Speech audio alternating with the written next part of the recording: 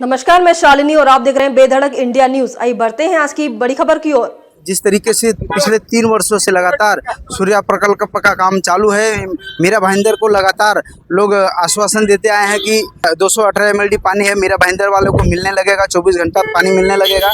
लेकिन अब तक धीरे धीरे 3 साल बीत गया है, लेकिन अभी तक सूर्या प्रकल्प का पानी मीरा भाईंदर तक नहीं पहुँचा है।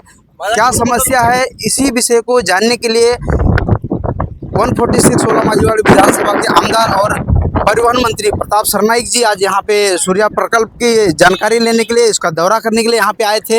इस दौरे में प्रताप सरनाईक साहब ने क्या क्या कहा और क्या क्या जानकारी ली है, यहाँ पे किस वजह से काम पूरा नहीं हुआ या काम कितना बाकी है और कितना हो चुका है, उस सभी चीज़ों की जानकारी यहाँ पे प्रताप सरनाईक जी ने लिया है। और ये देखते हैं पूरी खबर। मीरा भाईंदर शहर के लोगों को जो दिक्कत आ रही है पिछले कई सालों से, पानी मीरा भाईंदर शहर में कमी हो रही है। और आज मीरा भाईंदर शहर का विधायक और राज्य का मंत्री होने के नाते मैंने इस प्रकल्प के लिए आज जो काम कितना हुआ ये देखने का नियोजन किया। और इस माध्यम से अधिकारी जो है हमारे MMRDA के मिस्टर भांगरे, वो भी यहाँ पे उपस्थित है। उनका जो कहना है उनके अनुसार करीबन आगे के 2 महीने में हम लोग सिविल का काम पूरा करेंगे। जो चेना गांव के पास हम जो पानी का टंकी जहां पे सब पूरा का पूरा पानी आके फिर डिस्ट्रीब्यूशन हो जाएगा, वो पूरा होने जा रहा है 2 महीने में। वहाँ पे ब्रिज है और खास में टाकी तक जाने का रास्ता है, ये भी 2 महीने में पूरा हो जाएगा।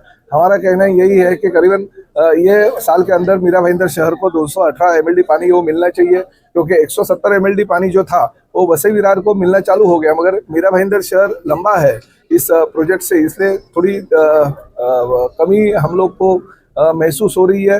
तो इंटरनल जो डिस्ट्रीब्यूशन सिस्टम है मीरा भाईंदर की, वो भी 70% काम हो गया, इनका भी काम 70 से 80% हो गया। तो हमारे अधिकारियों के कहने के अनुसार करीबन दिवाली के आसपास ये काम पूरा हो जाएगा और मीरा भाईंदर शहर को पानी मिलेगा।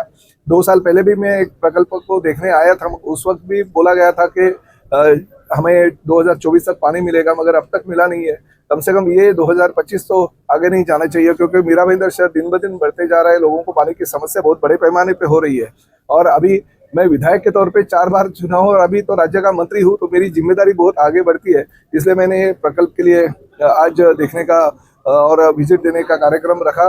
मगर फिर भी हमारे अधिकारी कोशिश कर रहे हैं, मगर थोड़ा सा 132 kV का जो प्रॉब्लम है, जो पोल डालना है और लाइट लेना है, तो वो फॉरेस्ट की जगह से जाता है। कुछ तकलीफें है, मगर वो पूरी करके आगे के 6 महीने में काम पूरा हो जाएगा, ऐसा अधिकारियों का कहना है। तो निश्चित रूप से और एक बार मैं बारिश के बाद ये प्रकल्प देखने आऊँगा। और तभी इतना तो अभी हमने तय किया है कि ये साल में मीरा भाईंदर शहर को 218 MLD पानी मिलके मीरा भाईंदर की पानी की समस्या पूरी की पूरी हल हो जाए। में सबसे बड़ा जो प्रॉब्लम एक है कि सेंट्रल की जो एनओसी है पर्यावरण की, आप CRZ की या वन विभाग की, उसका क्या प्रॉब्लम? नहीं, सब परमिशन तो सब मिल गई है। परमिशन CRZ नहीं, अभी परमिशन फॉरेस्ट का परमिशन हो, क्योंकि ये तो 1 साल पहले ही वो आ गया था। फॉरेस्ट के लिए तो मैंने खुद पीछे पड़ा था तत्कालीन अधिकारियों के पास। तो फॉरेस्ट की परमिशन, CRZ की परमिशन, जो भी सेंट्रल की पर्यावरण की परमिशन से वो आ गई है। टेक्निकल कुछ चीजें जो है, अभी बीच में जो गड्ढा खोदने के साथ एक JCB अंदर चला गया था, तो उसकी वजह से बहुत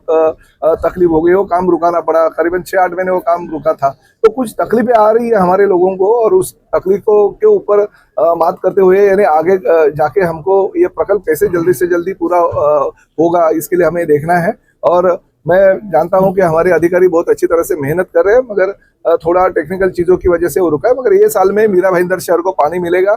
और जो मीरा भाईंदर शहर के जनता को हमने वचन दिया था, वो शिवसेना अपने वचन के लिए वचनबद्ध है। और किसी भी हालत में 2025 में मीरा भाईंदर शहर को पानी 24 घंटे। जहाँ पे JCB सहित राकेश यादव दफन हुआ है, उसका अल्टरनेट जो वहाँ से पाइपलाइन जाने वाली थी, उसका अल्टरनेट अभी पाइपलाइन कहाँ से जाने वाली है? अभी तो निकाला उसने, उन्होंने उसके ऊपर उन्होंने सोल्यूशन निकाला। अक्टूबर तक तो उसका काम वही चल रहा था, तो अभी उसके ऊपर सोल्यूशन निकाल के दूसरे साइड से वो काम चालू भी हो गया है, अभी चालू हो गया है। और वो भी काम जल्दी से जल्दी पूरा हो जाएगा। सर, चेन्नई में जो स्टोरेज टैंक का पानी रुका हुआ था, वो काम रुका हुआ था निजी विवाद के कारण, क्या वो solve वो विवाद थोड़े बहुत पैमाने पे हो गया था, मगर अभी वो सॉल्व करते हुए हमें आगे जाना है। बाकी के ठीक है, लोगों की जो इच्छाएं आकांक्षाएं वो कुछ लोगों की अगर पूरी हो गई तो उन्होंने जगह दे देना चाहिए अपने शहर के पानी के लिए, तो वो प्रॉब्लम नहीं है, अभी सॉल्व कर देंगे हम लोग। मगर पानी इस साल जरूर लेके इस परियोजना में जल शुद्धिकरण का काम कितने प्रतिशत हो चुका है? नहीं, ये तो काम हमारा 70 से 80% हो गया, और करीबन इंटरनल डिस्ट्रीब्यूशन सिस्टम जो मीरा भाईंदर की है